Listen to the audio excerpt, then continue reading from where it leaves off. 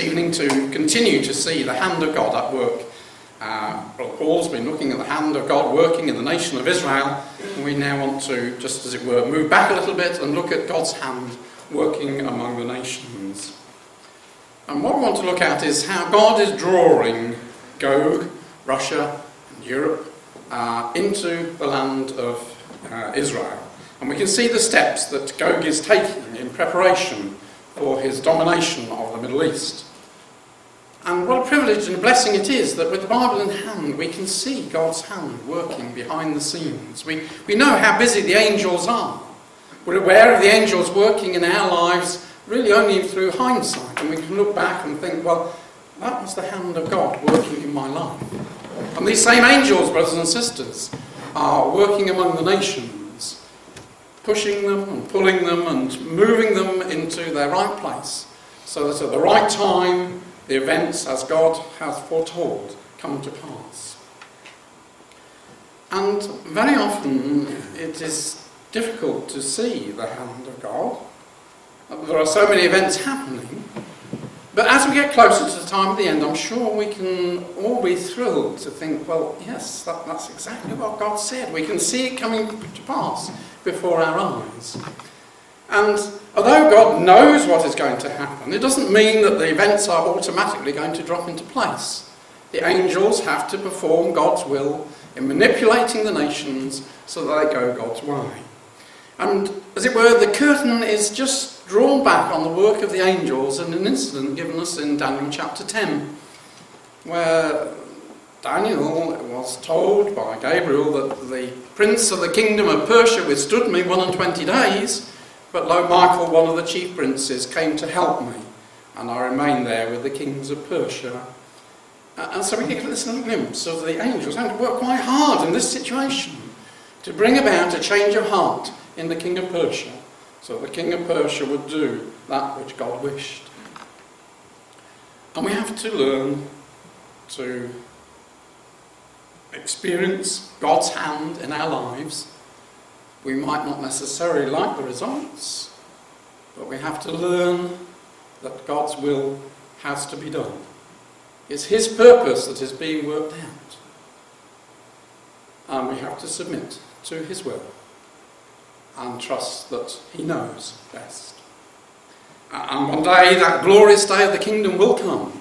The Lord Jesus will be revealed with mighty power to raise the dead and to gather the saints and to prepare them for that great work which we look forward to so earnestly. And in that day we know that God's name will be feared and adored to the ends of the earth. Now we're living in an age when men are fearful.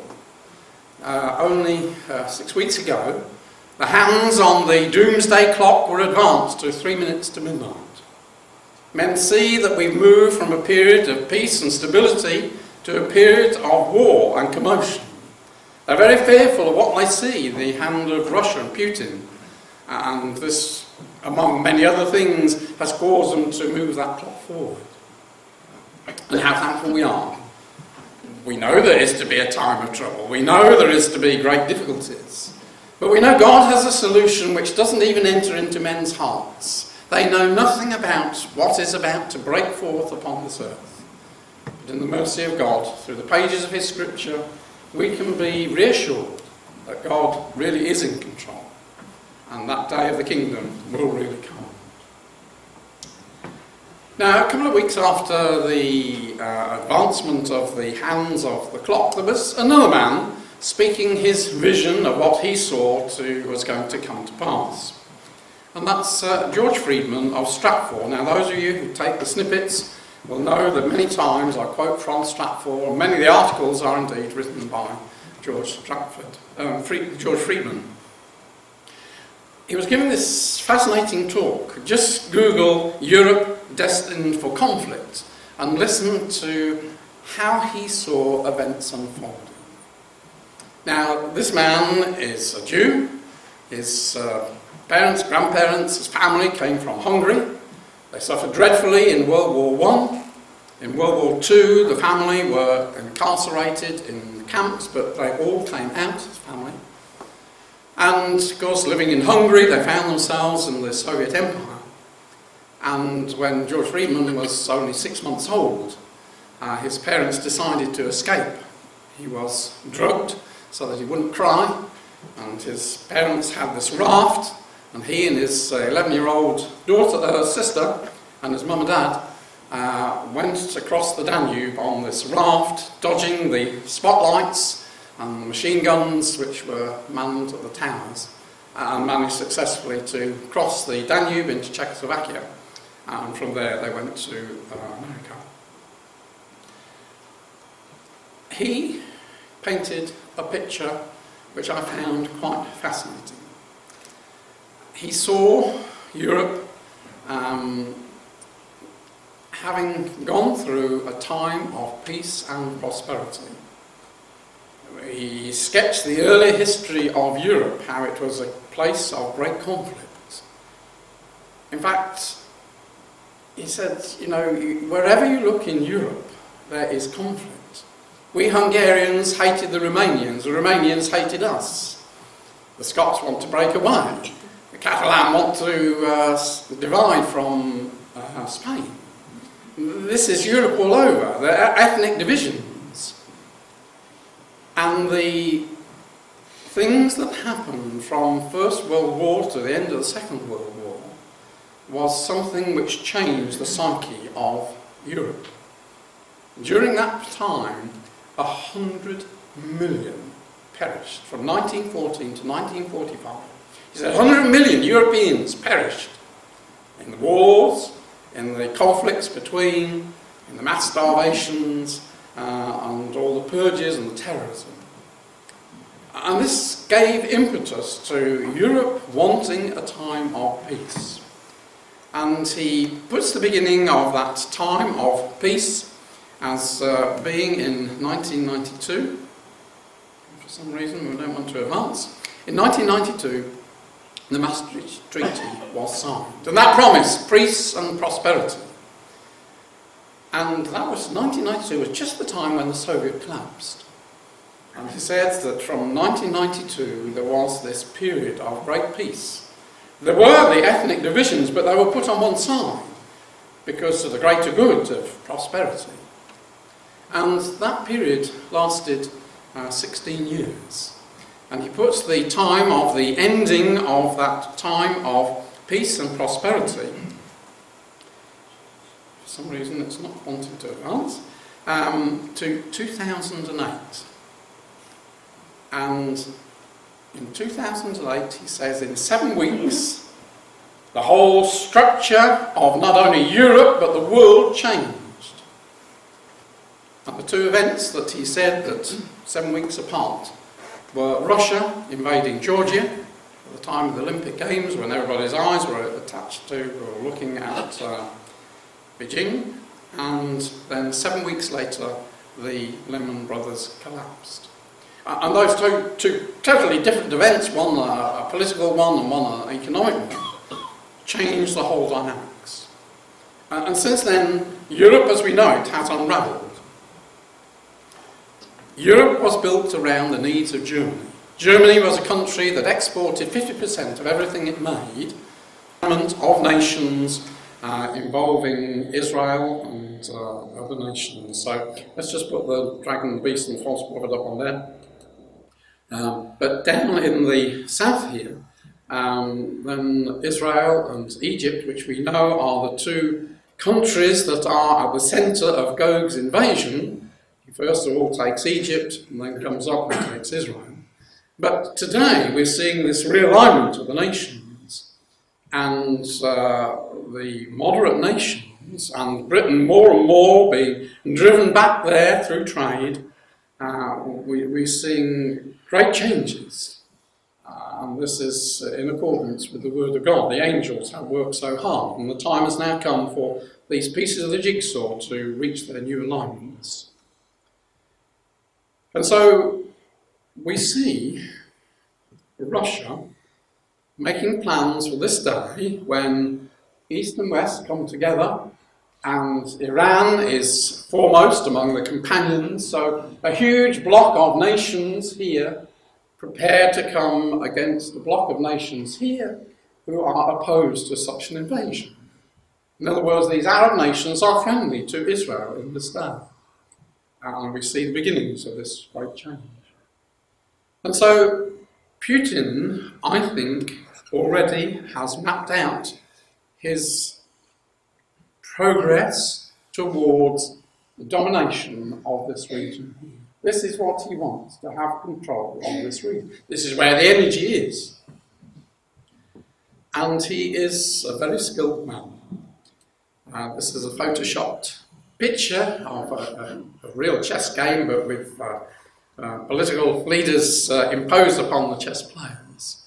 And Putin is playing a long-term game. He has his eyes set upon the Middle East, and we shall see how he's working there. Now, this has long-term been a goal of Russia to move southward. Way back in the time of 1700s, the will of Peter the Great, he talks about we must keep steadily extending our frontiers northward along the Baltic and southward along the shores of the Black Sea. We must progress as much as possible in the direction of Constantinople and India. He who can get possession of these places is ruler of the world. And this is what his goal is. And we know that that aligns with Scripture. We know that in the latter days, the dragon is the representative of Russia, but in the latter days, the dragon power must be in possession of Constantinople. The dragon has to possess Constantinople, the beast system has Rome and other places there, in order for the old prophecies to reach their alignment. And so Russia is entering, and Europe is entering, this new phase. That period of peace and prosperity for Europe is over, ended in 2008. And we're now in this period of nations beating their swords into, beating their ploughshares into swords, aren't they? And the weak saying, let's be strong, let's band together and pool our powers. And Russia is being particularly militant, isn't it? And these are just some of the headlines, top two this week. Russia starts nationwide show of force. We'll look at that in a moment. Russia's military budget is somehow still growing. 25% increase in their military budget in spite of all that's happening. Russia's new Trojan horse strategy for breaking European unity. The new Cold War, Putin issues chilling new threat as NATO chief says tensions with Russia could end in all-out conflict. And the nations are worried that there is going to be great conflict.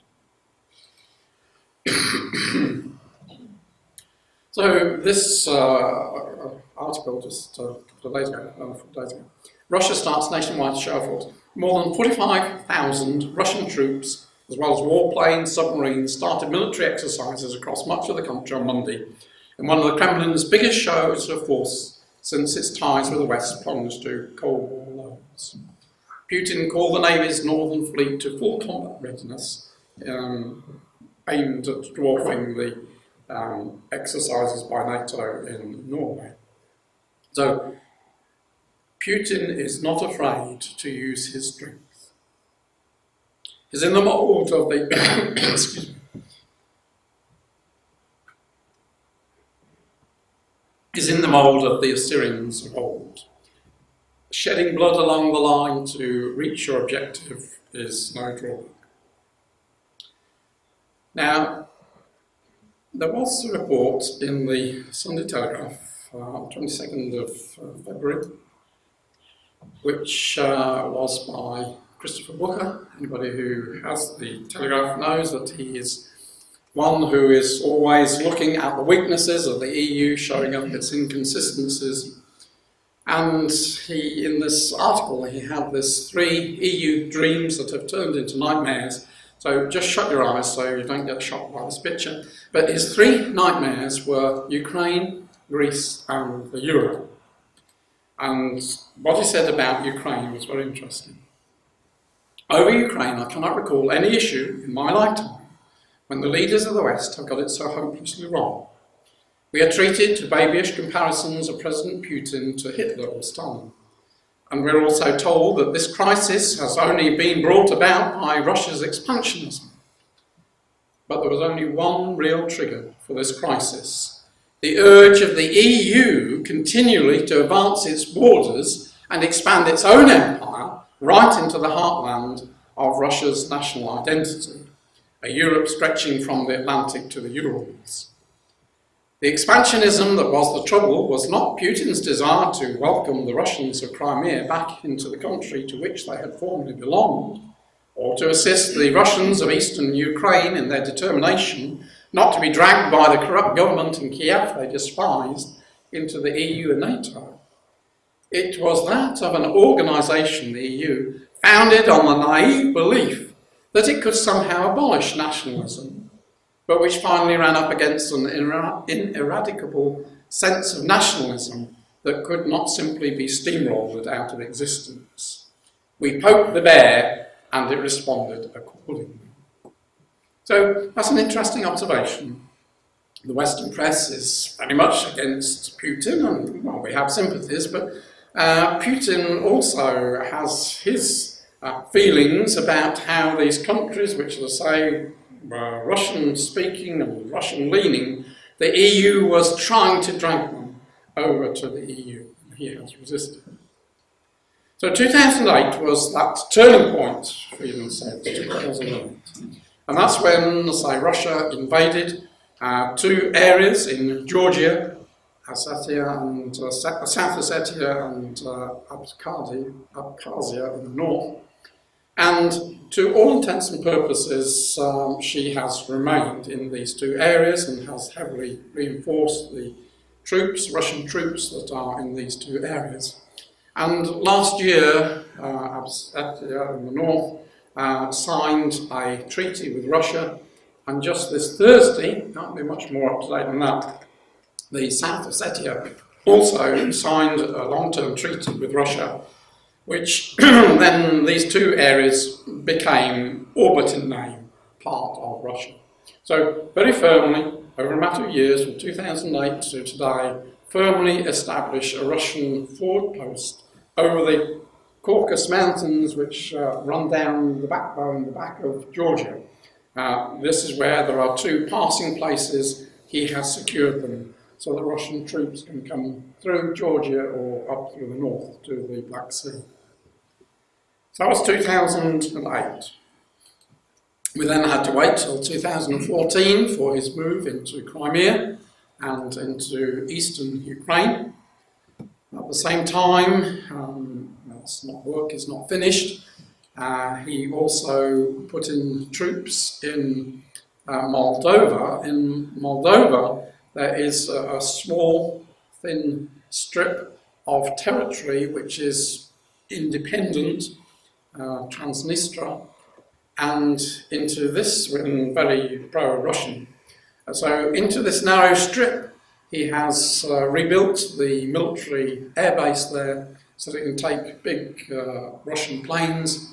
He has stationed 2,000 troops on the western side of Ukraine. So he's got troops in Ukraine on the eastern side and on the western side.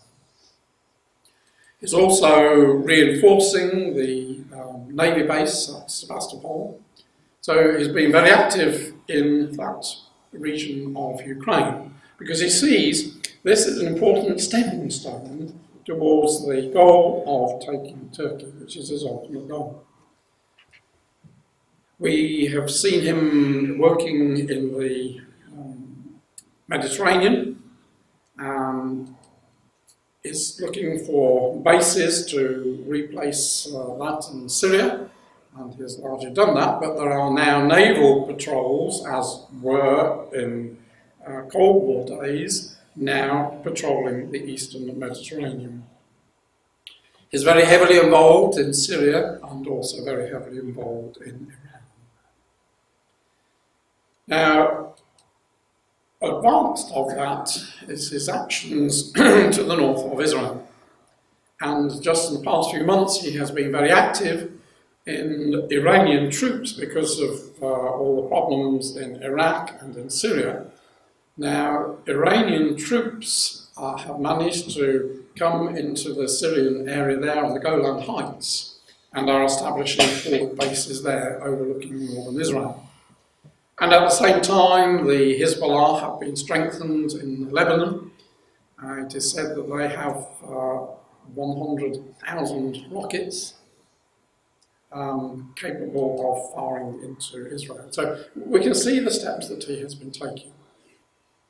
Now, very interestingly, Putin revealed at the beginning of this month that he had been saying a whole year that, well, we went into Crimea because the Crimeans held a referendum and said, we want to be part of Russia, so we came to their aid. He has now revealed that, in fact, he laid the plans for the invasion of Crimea quite a long time before the referendum took place. So he has a plan, he's working to a plan.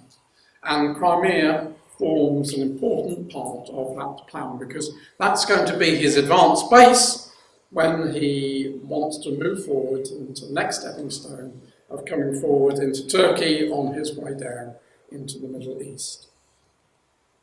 And even the press can see that he's got his eyes on Turkey. This is an account going back in October, but Moscow's conquest and annexation of Crimea in February has set the stage for a new Russian drive to the south.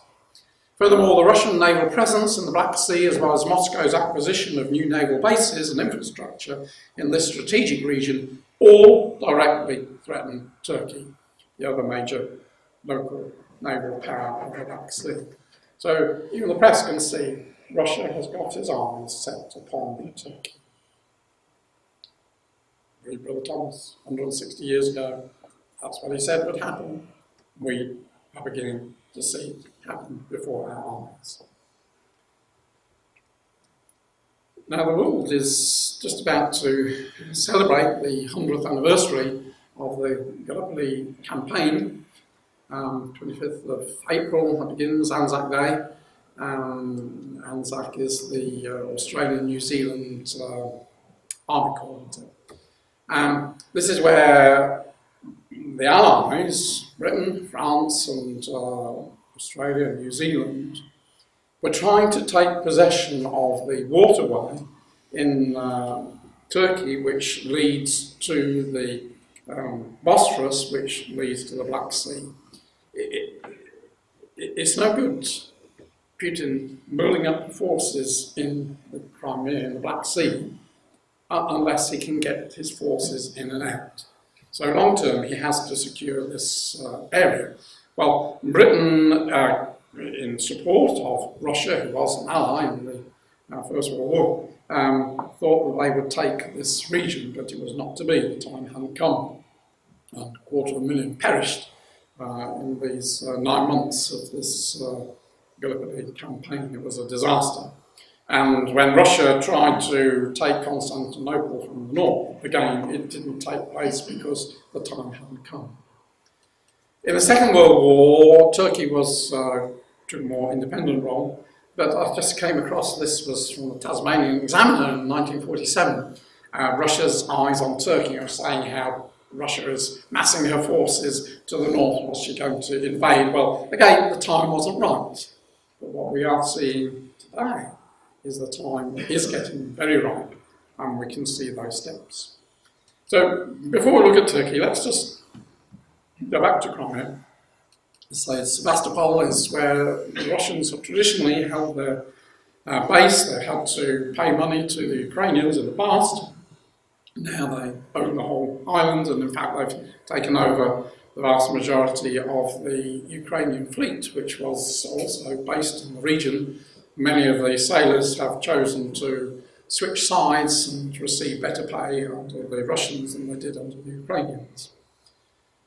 Now, last August time, Putin approved of putting in nuclear weapons into Crimea, so this was a serious step.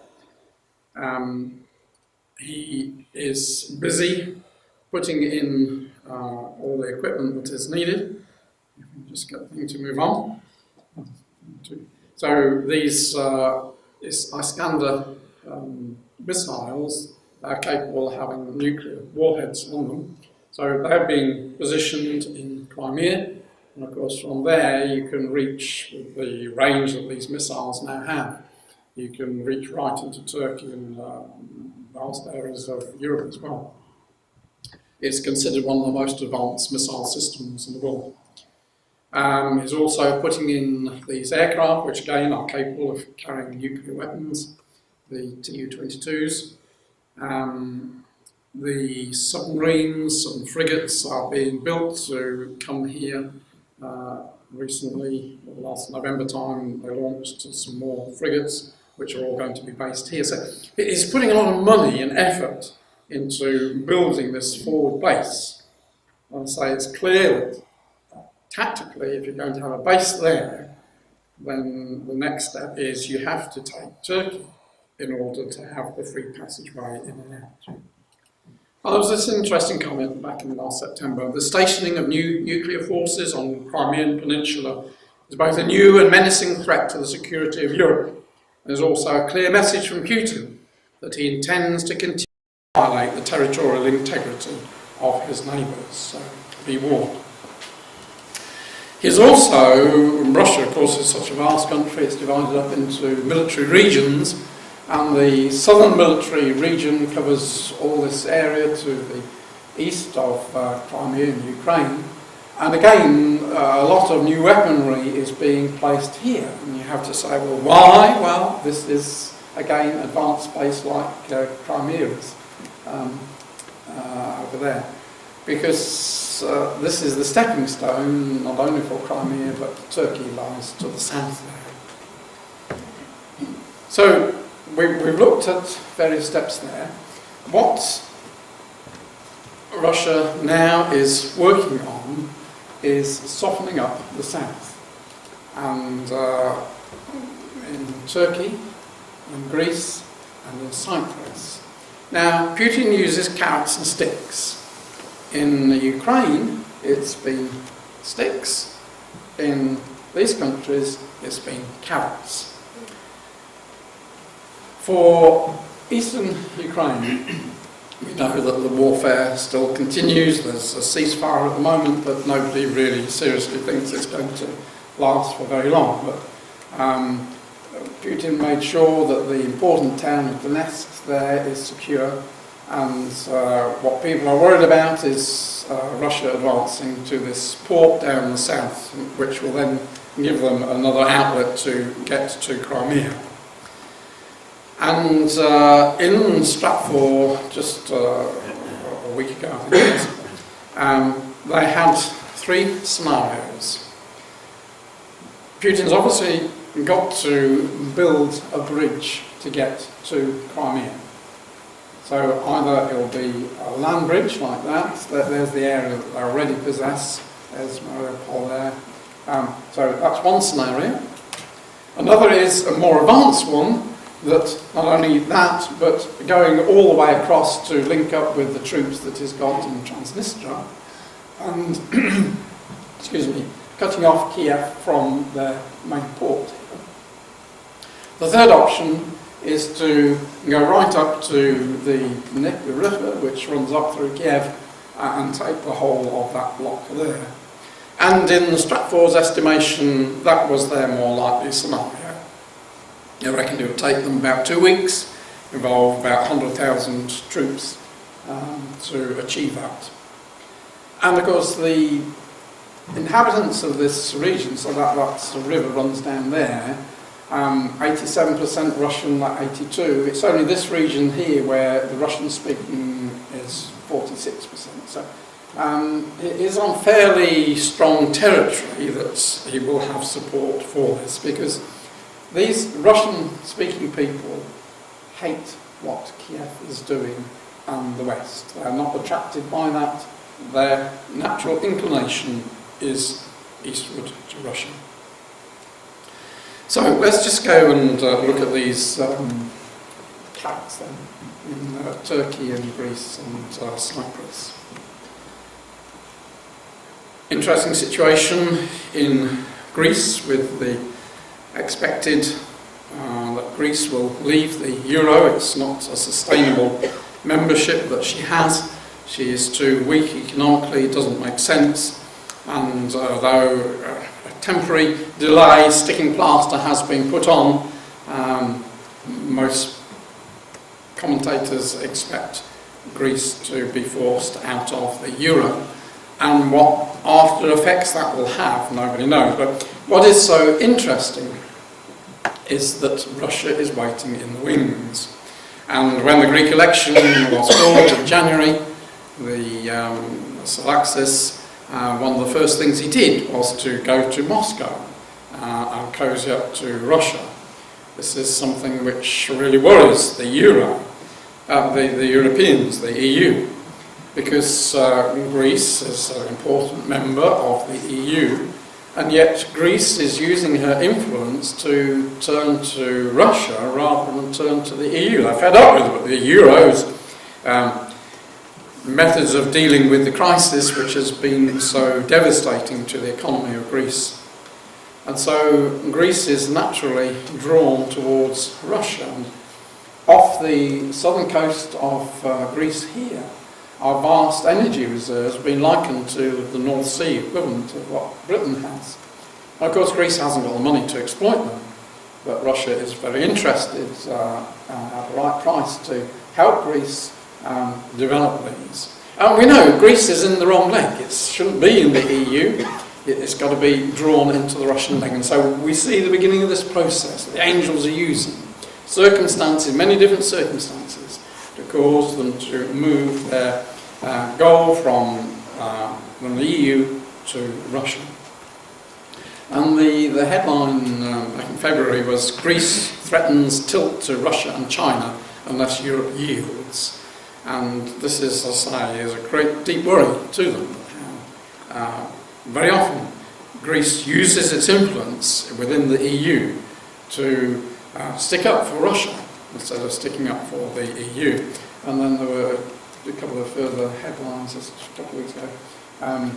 Greece wants to be the EU link to Eurasia, and could Europe lose Greece to Russia? So we can be quite sure, under angelic hands, that will happen. We're moved into the correct leg, which is the eastern leg.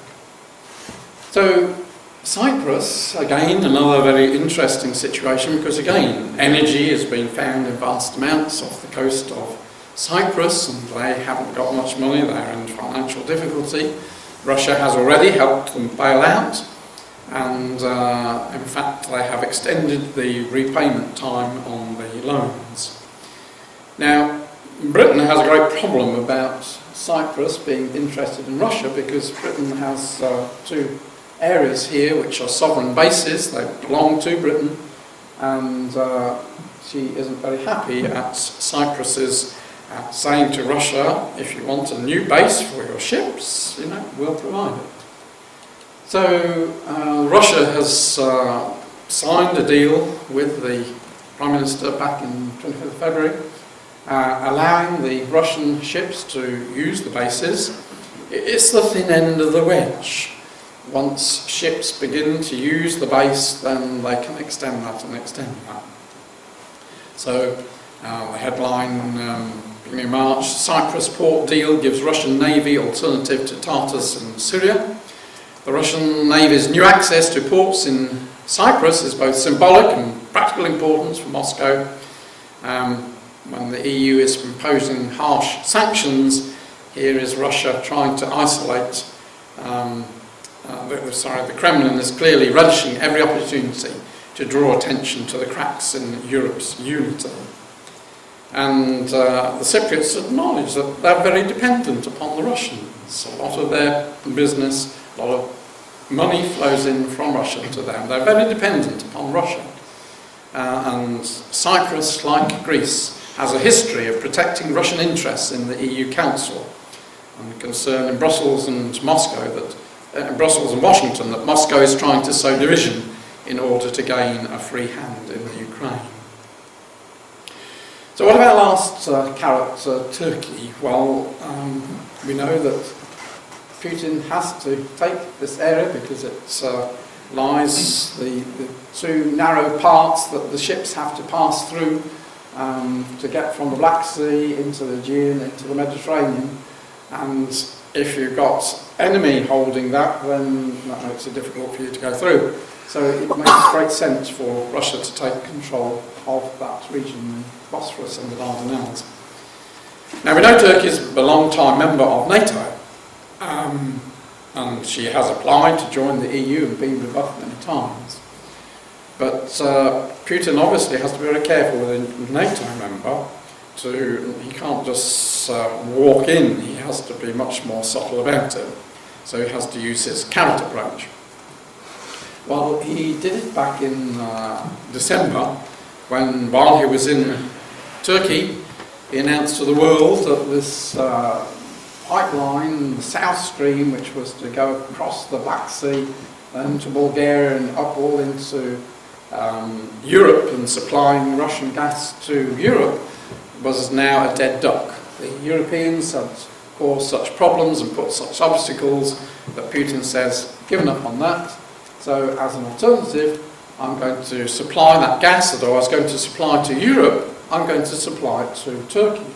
Now, there is already a blue stream which takes Russian gas into Turkey, to Ankara, and Putin said to them that he would increase the amount of gas through there, but instead of taking this going off there, he would branch down and come into this quite an industrial region, I think, of Turkey here, and take it right up to the Greek border.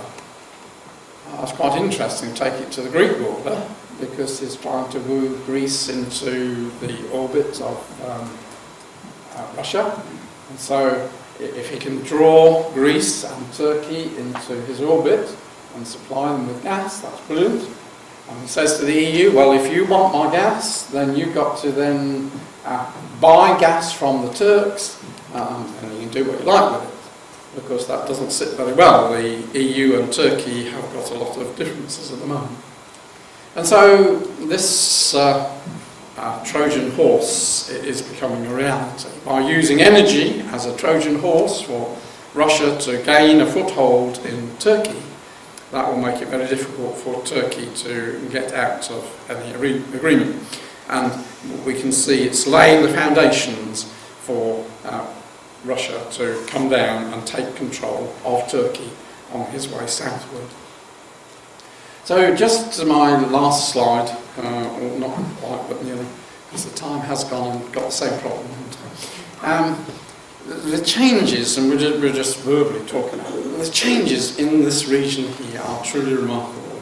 In just a few years, Israel now is actively working with Saudi Arabia, Egypt and Kuwait, these countries, in a way which would have been impossible before. And these nations admired what Netanyahu said when he spoke to Congress and said, look, what you're doing with the agreement that you're making with Iran, this is not for the good of the region. We know how furious Obama was with Netanyahu, but these people, they know, they're experiencing, they're in the same boat. They fear Iran's having a nuclear weapon that will bring devastation. Iran's active enough in trying to get control of various places around them, but they fear a nuclear-armed Iran.